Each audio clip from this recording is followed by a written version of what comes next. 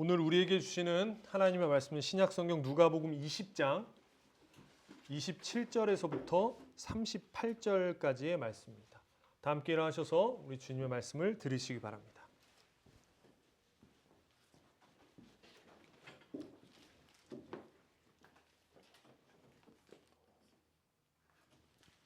사두개파 사람 가운데 몇 사람이 다가와서 예수께 물었다. 선생님, 모세가 우리에게 써주기를 어떤 사람의 형이 자식이 없이 아내를 남겨두고 죽으면 그 동생이 그 형제를 받아들여서 뒤를 이을 아들을 자기 형에게 세워줘야 한다 하였습니다. 그런데 7 형제가 있었습니다. 마지가 아내를 얻어서 살다가 자식이 없이 죽었습니다. 그래서 둘째가 그 여자를 맞아들였고 그 다음에 셋째가 그 여자를 맞아들였습니다. 7 형제가 다 그렇게 하였는데 모두 자식을 남기지 못하고 죽었습니다. 나중에 그 여자도 죽었습니다. 그러니 부활 때에 그 여자는 그들 가운데서 누구의 아내가 되겠습니까? 7이 다 그 여자를 아내로 맞아들였으니 말입니다. 예수께서 그들에게 말씀하셨습니다. 이 세상 사람들은 장가도 가고 시집도 가지만 저 세상과 죽은 사람들 가운데서 살아나는 부활에 참여할 자격을 얻은 사람은 장가도 가지 않고 시집도 가지 않는다. 그들은 천사와 같아서 더 이상 죽지도 않는다. 그들은 부활의 자녀들이므로 하나님의 자녀들이다. 죽은 사람들이 살아난다는 사실은 모세도 가시나무 떨깃 이야기가 나오는 대목에서 보여주었는데 거기서 그는 주님을 아브라함의 하나님, 이삭의 하나님, 야곱의 하나님이라고 부르고 있다. 하나님은 죽은 사람들의 하나님이 아니라 살아있는 사람들의 하나님이시다. 모든 사람은 하나님과의 관계 속에서 살고 있다. 이상 하나님의 말씀이었습니다. 아멘. 네, 다시 한번 우리 주님의 자비와 평화가 오늘 하나님 앞에 나오신 모든 교우 여러분들과 함께 하시기를 빕니다. 우리 앞뒤 옆에 계신 분들과 반갑게 인사해 주시기 바랍니다. 잘 오셨습니다. 네, 잘 오셨습니다. 네, 주일 세상으로 보면 일요일 아침을 깨우고 하나님 앞에 나와서 내가 누구인가, 나는 어디로 가고 있는가 라는 것을 기억할 수 있다는 거 새삼 우리에게 복이다라는 생각을 해봅니다. 이 시간 그렇게 하나님을 찾아 나온 모든 분들에게 하나님께서 소망과 위로로 함께 하시기를 다시 한번 빕니다. 여러분, 우리는 하나님이 살아계시다, 하나님이 살아계심을 믿는다라고 말하지만 때로는 그렇다면 왜 내 삶은 여전히 이렇게 막막한가? 죽은 뒤에 생명을 믿는다는 게 지금 내가 살아가고 있는 이 현실과 무슨 상관이 있는가? 라는 질문을 사실은 우리 마음속에 하게 됩니다. 오늘 우리가 읽은 이 본문은 바로 그 살아계신 하나님을 어떻게 우리는 만나게 되는가? 그 살아계신 하나님이 우리를 어떻게 만나 주시는가에 대한 하나의 대목을 이야기해 주고 있습니다. 자, 이야기로 바로 한번 들어가 보겠습니다. 오늘 본문 앞에 예수님께서 어떠한 상황이셨는가를 우리가 좀 살펴보려고 합니다. 우리가 다 아는 이야기입니다. 예수님께서 이제 예루살렘을 우리가 누가복음을 쭉 봤듯이 이제 예수님께서 예루살렘을 향해 가시고 드디어 예루살렘에 입성하십니다. 우리가 알듯이 예루살렘에 입성하신 다음에 예수님은 그 성전 앞에 있는 장사하는 사람들 다 내어 쫓으시고 그리고 날마다 사람들을 성전에서 가르치기 시작하십니다. 그럼 백성들이 거기 예루살렘에 있는 사람들이 예수님의 말씀을 듣고 감동하기 시작해요. 그리고 실제로 그래서 많은 사람들이 모이기 시작하고 예수님에 대한 인기가 높아지기 시작합니다. 그러나 대제사장들과 율법학자들을 비롯한 종교 지도자들은 그 인기를 불편하게 생각했습니다. 그래서 어떤 생각을 하게 되냐면 얘를 죽여야겠다. 예수를 좀 죽여야겠다라고 계획을 세워요. 그리고 함정을 파놉니다. 그래서 예수님을 난처하게 만들기 위해서, 함정에 빠뜨리기 위해서 여러 사람을 보내게 돼요. 바리새인들 보내고 여러 사람을 보내게 됩니다. 그 중에서 그렇게 보낸 사람들 중에 사두개인이라는 사람들이 있었습니다. 근데 사두개인들이 이렇게 생각할 수 있어요. 그냥 찾아온 거 아니냐라고 생각할 수 있지만 그렇지 않습니다. 왜냐하면 바리새인들과 사두개인들은 원래 어울리지 않는 사람들입니다. 그런데 한 그룹에 있었다라는 것은 같은 목적을 가지고 있었다라고 볼 수가 있어요. 자, 사두개인들이 누구일까? 우리 한번 볼까요? 사두개인들은 말 그대로 제사장 가문인 사독 가문의 후손들입니다. 이 사독 가문의 후손들은 바벨론 포로 이후에 성전에서 제사를 맡는 특권을 가지고 누렸던 사람들이 사두개인입니다. 그러니까 특권층, 종교 지도자층이라고 볼 수가 있는 거예요. 이들의 특징이 뭐가 있냐면 이들은 오로지 모세 오경만을 권위 있는 하나님의 말씀이라고 믿었습니다. 그래서 오늘 본문을 보면 이 사두개인들이 부활을 믿지 않았다라고 이야기한 이유도 여기에 있습니다. 왜냐하면 모세 오경에 부활에 대한 내용이 없기 때문입니다. 그래서 이들은 모세 오경에 부활이 없기 때문에 부활을 얘기하는 것은 문제다라고 예수에게 이야기를 했던 거죠. 하지만 여러분, 이들이 예수님에게 부활이 없다라고 논쟁을 건 이유는 단지 신학적인 이유만은 아니었습니다. 자, 이 사람들이 어떤 사람들이라고 그랬죠? 권력자들이라고 이야기했어요. 그러니까 그들은 성전 권력의 그 구조 안에서 늘 안정된 지위를 누리고 있었어요. 그리고 그 지위를 유지하기 위해서는 이 세상이 전부다라는 현실 논리를 받아들이는 게 자기들의 생존에 있어서 훨씬 더 유리했습니다. 그러니까 쉽게 말하면 이런 거예요. 겉으로는 신앙적인 이유로 부활을 반대했다라고 보이지만 실제로는 세상의 논리에 순응하면서 그냥 살아가는 사람들이 이 사독 사람들이었던 겁니다. 겉으로는 모세 오경에 없어. 신학적으로 안 돼. 그러니까 우리가 반대해 라고 하지만 실제적으로는 부활을 이야기하거나 내세를 이야기할 때 자신들의 삶에 어떤 위기가 닥쳐올지 모르니까 그냥 세상 논리대로 지금의 편안함을 적당히 누리고 싶어 했던 사람들이 사독 가문들의 사람들이었다라는 거예요. 여러분, 우리의 현실도 사실 크게 다르지 않습니다. 지금이 중요하지 죽은 다음이 뭐가 중요해? 신앙은 마음속에 있으면 되는 거야. 마음으로 하나님 믿으면 되는 거지. 세상은 다 세상의 논리가 있는 거야. 이런 말 속에 우리도 모르게 사두개인처럼 현실 논리를 내 삶의 기준으로 삼고 살아갈 때가 참 많이 있습니다. 교회는 교회고 세상은 세상이지. 우리가 그렇게 살 수 없는 거야 라고 하는 경우들이 굉장히 많이 있는 거죠. 자, 이 사두개인들이 예수님께 나와서 묻습니다.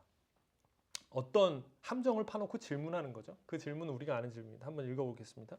선생님, 모세가 우리에게 써주기를 어떤 사람의 형이 자식 없이 죽으면 그 동생이 형수를 맞아 형의 이름을 이어주라 하였습니다. 그런데 7 형제가 차례로 그 아내를 아내로 맞아들였는데 모두 자식이 없이 죽었습니다. 부활 때 그 여자는 그들 중 누구의 아내가 되겠습니까? 간단하게 이 질문은 그런 겁니다. 그때 당시에 이 질문이 뭐냐면 레위아트 결혼법이라고 신명기 25장에 나와 있는 결혼법입니다. 이 당시. 근데 이건 우리나라에도 좀 있었죠. 형이 죽으면 그 형의 이름을 남기기 위해서 뭐 그 동생이나 누가 그 형의 아내와 형수와 결혼을 하는 이런 법이 우리나라에도 뭐 비슷하게 있었고 이때 당시에도 있었던 거예요. 근데 죽은 형의 아내를 동생으로 맺어주는 이 관습이 있었어요. 그런데 7명까지는 아닙니다. 이 사두개인들은 이 관습을 의도적으로 과장해가지고 부활 교리를 조롱했던 거예요. 많은 사람 보는 앞에서 야 7명이 그랬다 그러면 그 나중에 부활한다는데 그럼 그게 누구랑 살아야 돼? 그러니까 듣는 사람들로 하여금 이 부활이라는 게 웃기는 이야기다라는 것으로 사두개인들이 함정을 파놨던 거죠. 그러나 예수님은 그들의 논리에 갇히지 않으셨습니다. 예수님의 대화의 특징이죠. 뭐 A를 물으면 A에 대해서 대답하지 잘 않으십니다. 사두개인들은 뭘 물었냐면 부활이 정말 가능하냐라는 것을 논리 싸움을 걸어왔어요. 그런데 예수님은 여기에 대응해서 하나님을 믿는다는 게 무엇인지, 하나님을 믿는 사람들이 산다는 건 어떤 건지라는 본질적인 질문으로 그들의 관점을 전환시킵니다. 이거 얘기하는 거예요. 살아있는 신앙이 무엇인지를 예수님이 지금 말하고자 하는 거예요. 부활이 있냐 없냐 한번 논증해봐 라고 하는데 거기에 대한 게 아니라 살아있는 신앙은 무엇인가 라는 것으로 패러다임을 확 바꿔버리는 거죠. 자, 그러면서 말씀하십니다. 이 34절 35절에서 예수님이 이렇게 얘기해요. 이 세상 사람들은 장가도 가고 시집도 가고 시집도 가지만 부활에 참여할 자격을 얻은 사람은 장가도 가지 않고 시집도 가지 않는다라고 얘기해요. 이게 무슨 생뚱맞은 소린가라고 할 수 있는데 여러분 이게 무슨 말이죠? 지금 예수님이 두 가지 세상을 나누고 있는 거예요. 이 세상 사람, 이 세상과 저 세상, 부활에 참여할 저 세상을 예수님이 두 개로 딱 나누는 겁니다. 그러니까 무슨 말하는 거냐면 하나님 나라, 부활의 삶의 하나님 나라에서는 전혀 다른 삶의 방식이 존재한다라는 거예요. 시집 가고 장가 가는 거는 이 세상의 방식이야. 하나님 나라에서는 전혀 다른 삶의 양식과 삶의 방식이 있다라는 것으로 얘기하고 계시는 거죠. 여러분 우리가 예수님의 부활을 얘기할 때 오늘 부활에 대해서 이야기하는 것은 아니지만 우리가 예수님의 부활은 단순히 죽음을 이기신 사건을 넘어서 하나님 나라의 질서가 이미 이 땅에 시작되었다라는 것을 선언하는 거예요. 예수가 부활함으로 하나님이 오르셨구나 진짜. 예수가 말한 하나님의 나라가 이미 시작되었구나라는 것이 증언된 거예요. 따라서 우리가 부활을 믿는 신앙이 살아있는 신앙은 하나님 나라가 이미 우리 가운데 임했음을 믿고 이 땅에서 하나님의 나라를 있는 것처럼 있다고 믿고 미리 살아가는 것이 부활 신앙, 살아있는 신앙 고백인 겁니다. 권력, 탐욕, 편의주의라는 세상의 법칙과 가치관에 매이지 않고 하나님 나라의 질서 속에서 살아가는 것. 그게 부활을 믿는 살아있는 신앙입니다. 자, 예수님은 이어서 모세의 이야기를 인용하십니다. 지금 예수님이 무엇을 이야기하셨죠? 이 세상과 저 세상을 이야기해 주면서 부활을 믿는 사람, 하나님 나라의 법칙이 따로 있다. 하나님을 믿는 사람들은 하나님 나라를 살아가는 세상의 법칙이 아니라 하나님의 나라를 살아가는 사람들의 법칙이 있다는 걸 이야기하고 하나를 더 이야기합니다. 37절, 38절 우리 다 함께 한번 읽어볼까요? 37절과 38절입니다. 다 함께 읽습니다. 시작. 죽은 사람들이 살아난다는 사실은 모세도 가시떨기 이야기를 통해 보여주었다. 거기서 그는 주님을 아브라함의 하나님, 이삭의 하나님, 야곱의 하나님이라 불렀다. 하나님은 죽은 사람의 하나님이 아니라 살아있는 사람의 하나님이시다라고 이야기해요. 자, 사두개인들이 모세 오경만 믿었다 그랬잖아요. 모세. 그렇기 때문에 예수님이 그들이 신뢰하는 모세의 이야기로 지금 반박하시는 겁니다. 자, 우리가 주의 깊게 봐야 될 것은 38절입니다. 38절 후반부에. 자, 하나님께서 자신이 누구의 하나님인지를 말씀하십니다. 하나님은 누구의 하나님이다 라는 걸 말씀하세요.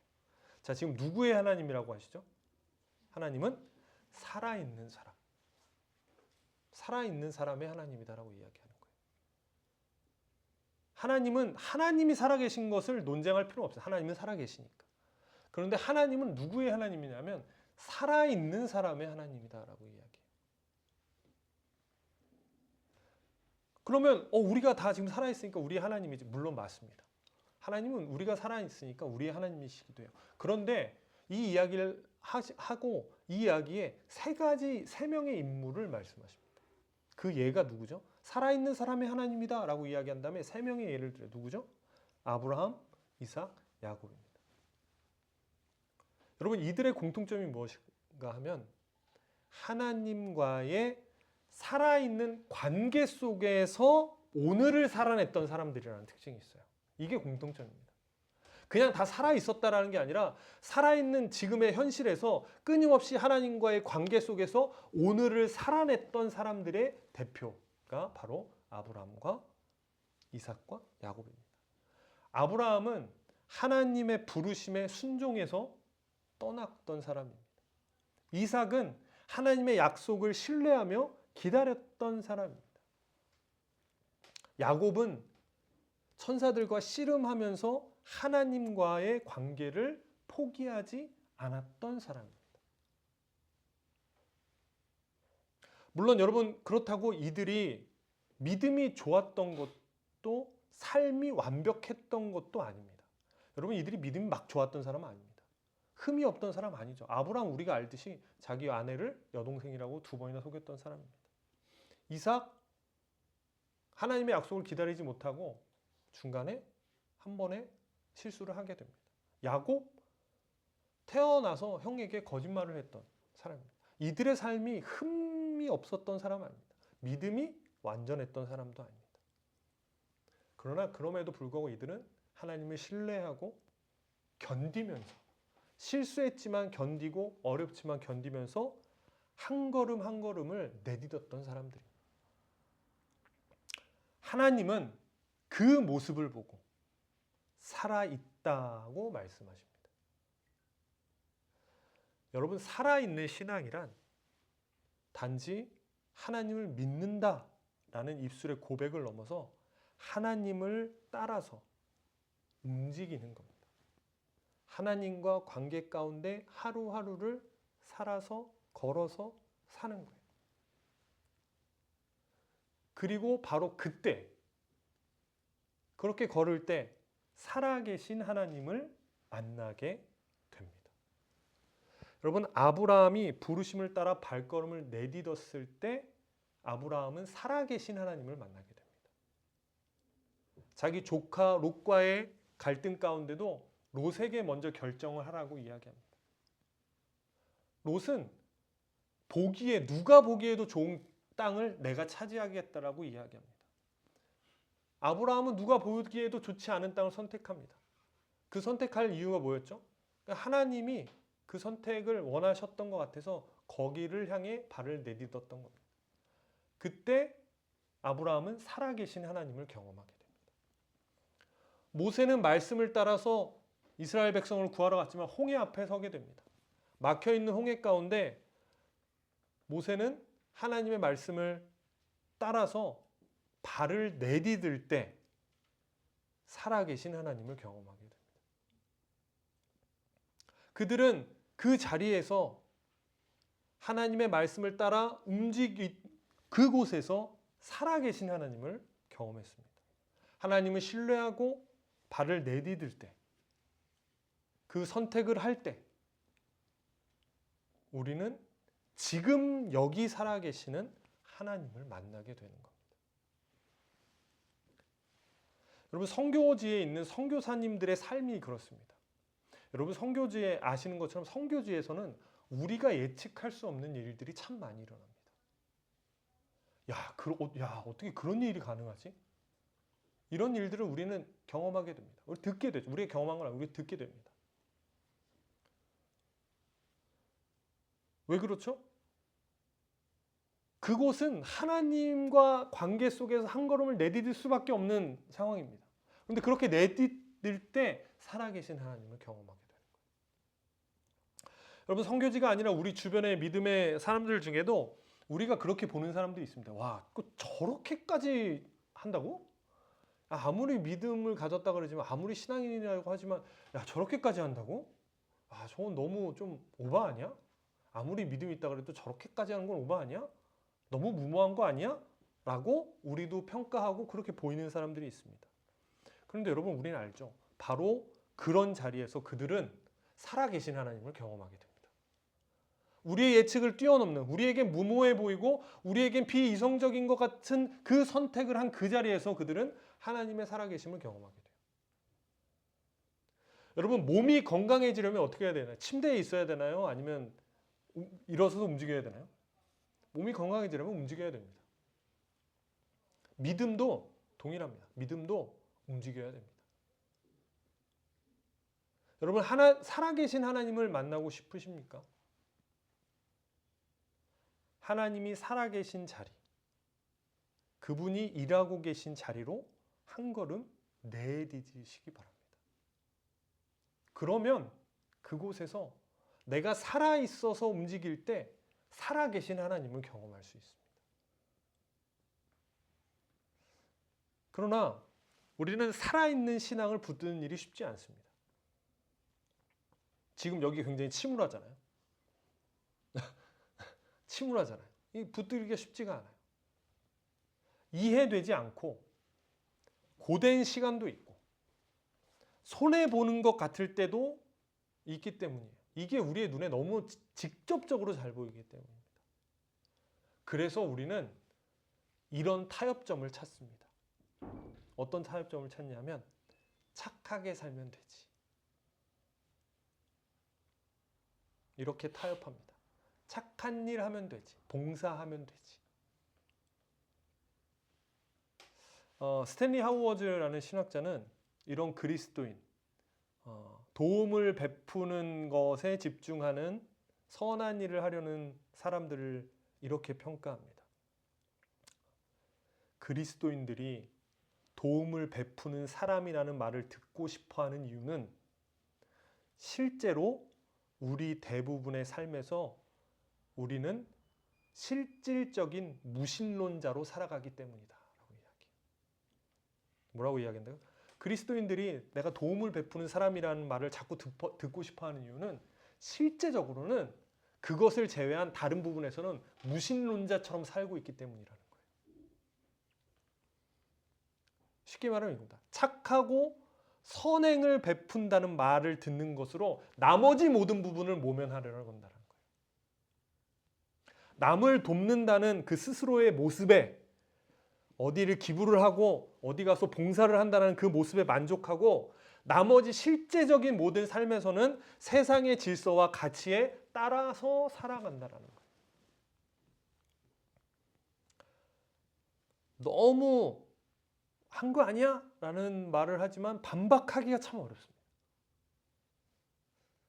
여러분, 이것은 살아있는 신앙처럼 보일 뿐 실상은 죽은 신앙이라는 거예요. 웨슬리는 이것을 이렇게 표현하죠. 거의 그리스도인, almost Christian이라고 합니다. 기독교인은 아닌데 기독교인처럼 보이지만 거의 기독교인이지 기독교인은 아니다라고 이야기하죠. 여러분, 그리고 이런 신앙은 교회 안에서도 아주 쉽게 나타납니다. 어쩌면 교회가 그것을 키웠는지도 모릅니다. 교회 안에서는 어떻게 나타날까요?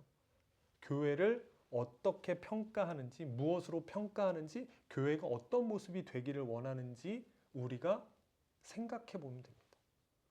교회에 지금 나오는 사람들이 교회가 어떠한 곳이 되기를 원하는지, 교회에서 무엇을 경험하고 싶은지를 되돌아보면 합니다.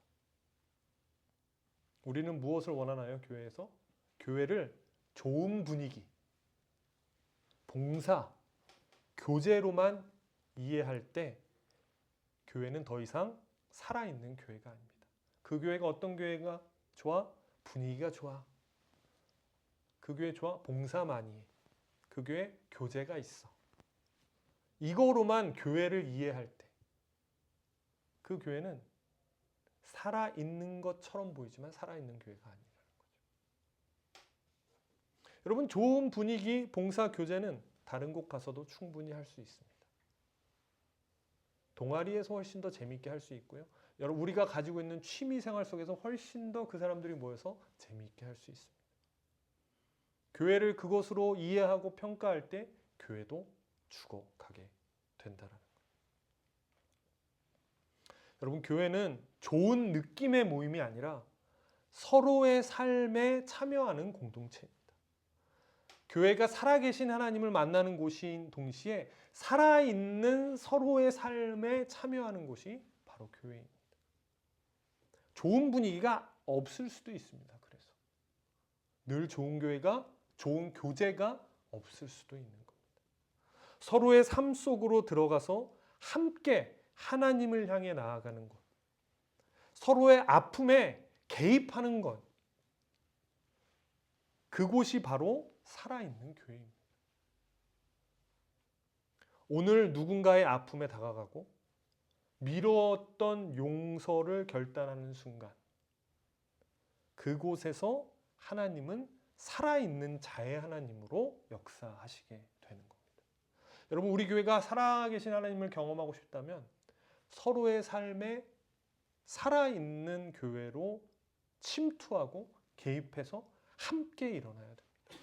그때 살아계신 하나님을 경험할 수가 있는 거예요.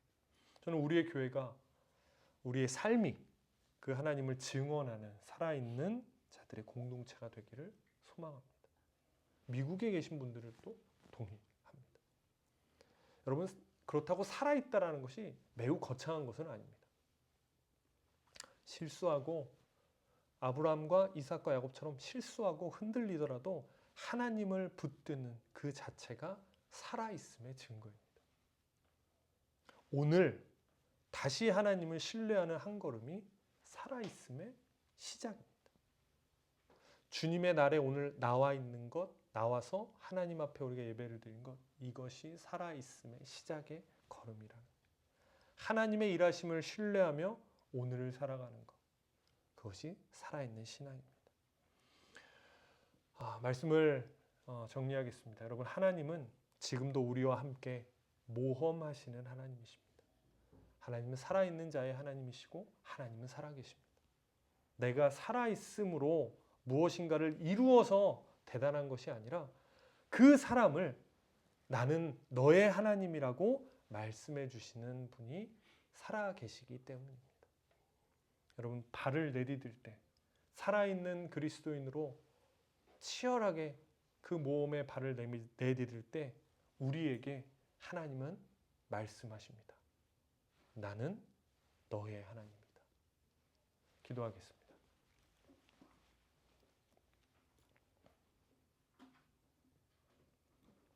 하나님,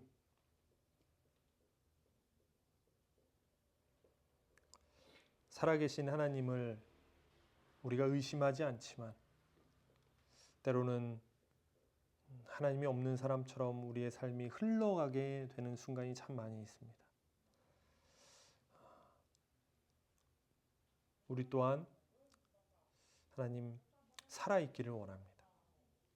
거창하게 무엇인가를 이루어서 살아있는 것이 아니라 흔들리고 낙심하고 정말로 롤러코스터 같은 한 주간의 삶을 살면서도 그래도 하나님을 마음 한켠에 두고 그 하나님을 붙잡고 고민하고 씨름하고 한 걸음 내딛은 그런 살아있는 그리스도인 되어 그 내딛는 걸음 가운데 살아계신 하나님을 경험하게 하여 주옵소서.